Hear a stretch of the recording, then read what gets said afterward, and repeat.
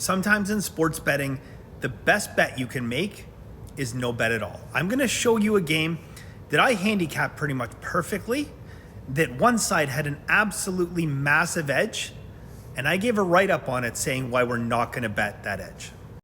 I'm gonna walk you guys through this top to bottom, but I do wanna say that as a professional sports bettor, I can give you guys a lot of tools, okay? I can teach you bankroll management, I can teach you about systems, I can talk about reverse line move steam.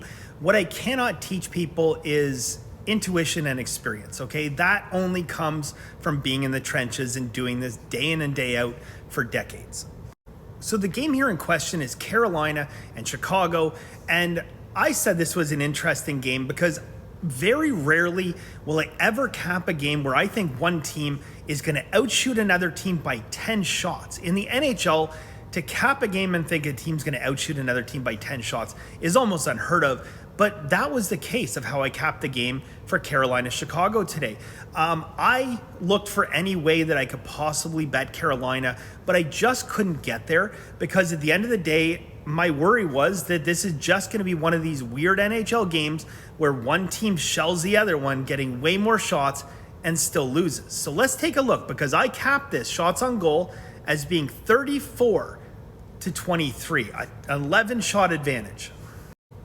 When we look at the final shots on goal, pretty close, 9 shot differential. I was off by a couple shots on either team, but still very close, almost a 10 shot difference, as I said in the write-up. And what happened?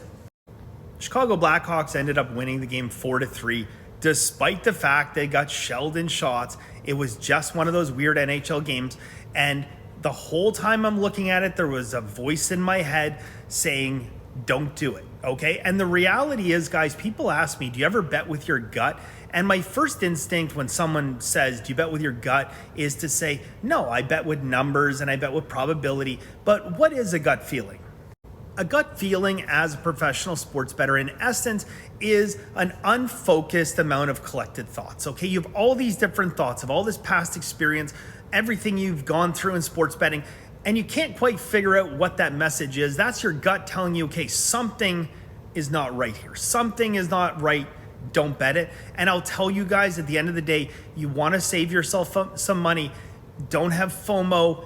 Pass on these games, okay? This is a prime example. I even did a write-up on a game we didn't have a bet on, okay? I said, we're going to take a pass on here, guys. I just couldn't even find any way that I could get down on Carolina tonight. And look, it paid off, okay? At the end of the day, not only do we save ourselves a bet, but we save the juice too. So listen to your gut instinct, guys. It's there for a reason. It's trying to tell you something.